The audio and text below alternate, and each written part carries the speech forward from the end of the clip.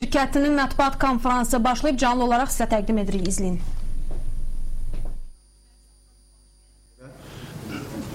Fövqəladə Hallar Nazirliyinin bir vertolyotu 2 nəfər işçilərimizdən cəsədini artıq qırağa çıxardıb, Xətai rayon morquna təhvil vermişdir. Tanınma prosesindən sonra bu 2 nəfərin Tağıyev Fuad Tahiroğlu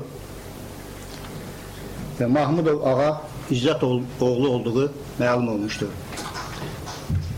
Tağıyev Fuad Tahiroğlu xilas edici dalğıc idarəsinin işçisi, digər Mahmudov Ağa İzzət oğlu isə kompleks qazma trestinin işçisidir.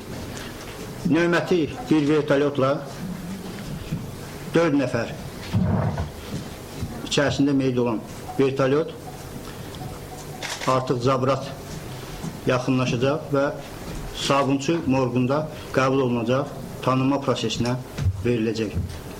Hal-hazırda bu vertolyotlardan əlavə Günəşli sahəsində 2 vertolyot öz işini davam elətdirir və birinci vertolyotun öz işini qutardıqdan sonra yenidən geriyə qayıdıb Günəşli sahəsində.